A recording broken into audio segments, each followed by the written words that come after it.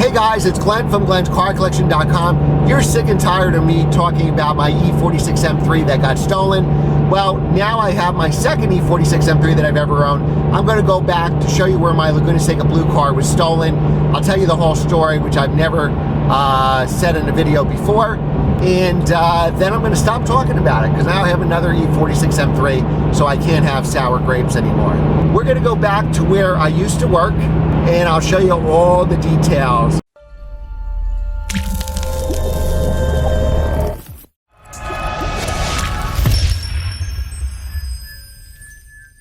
All right, guys, now we're parked in the exact space that we were when my car got stolen. Remember, guys, to give this video a thumbs up, like and share this video so our channel can grow, and as always, leave a positive comment below. Remember to hit that subscribe button and also hit the notification bell so you don't miss any videos. All right, guys, so this is my parking space so long ago, working for New Jersey's one of the largest developers, real estate developers in New Jersey. And I'm gonna have to talk loud because you have the highway right here, so hopefully you can hear me okay. And this was my space. I parked here. Now, of course, I'm doing this on a Sunday morning. There'd be more cars here during the week. My office was right behind this tree over here, and if I remember, that tree was probably much smaller back then. And my office was right there, above that no parking sign, on the second floor, where I clearly had a fantastic view of my car. Now, typically back then, I came in at 8 in the morning. At noon, I went to lunch. I usually drove somewhere if it was a nice day. It was kind of an overcast day like today, and it was in August. It was August 19th, and it was a hot, humid day. It had rained for 3 days, so I didn't bring the Z06. I brought the M3 Monday, Tuesday, Wednesday. If I remember correctly, it was a Thursday, and it was an overcast day, but it wasn't raining, so I brought in the M3. I still didn't think the weather was good enough for the Z06, and I was going to go out to lunch. So I typically came out at noon for lunch, took lunch from 12 to 1, and then I was usually in the office to about 7 p.m. So about an 11-hour day with an hour to lunch. Now, I had a perfect view of the car, and if anybody messed with the car or did try to steal it, not that I thought it would ever be stolen, they would essentially have to drive, since this is a dead end. Let's just look here first. This is a dead end back here, so there's no place to drive the car whatsoever.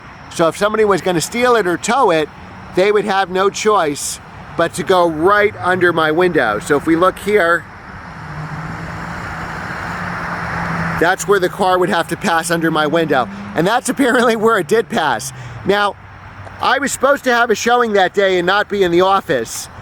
What happened was I got a call over the weekend, or a couple days before, it wasn't a weekend, to do a showing. So I had to come in the office that morning on the way to the showing to get a brochure and floor plans. I parked in my usual spot, went inside, and there was a message that the showing was going to be rescheduled, so I did not go back to the car. The car was locked. There was no need to go back to the car.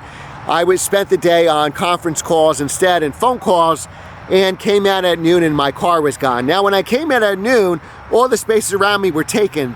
So even though the car was bright in Laguna Seca blue, I didn't really realize it was missing until I came right up to the car.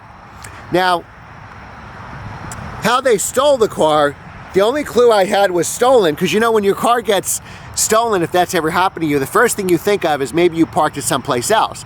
I parked here 90% of the time, but if somebody was in my space or I didn't go to the office first, I went on a showing, sometime my space was taken, they weren't reserved. So the way they stole it is they actually popped this out, and I found this key cylinder on the ground in my space, so that's how I knew for sure the car was stolen.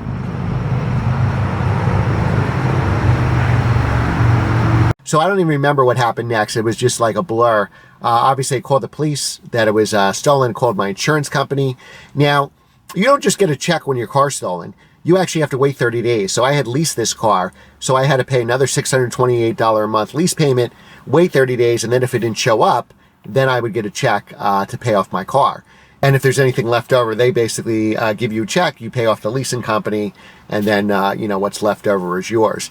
Now, first I wanted the car back. I know a friend actually had a Mustang GT stolen, and what he had told me is a lot of times it's dumped within a mile of the scene, and he kept going around, and he actually found his car. So I tried to do the same thing. At that time, my wife and I worked together, so I believe I took her car and went around trying to find the car, and I couldn't.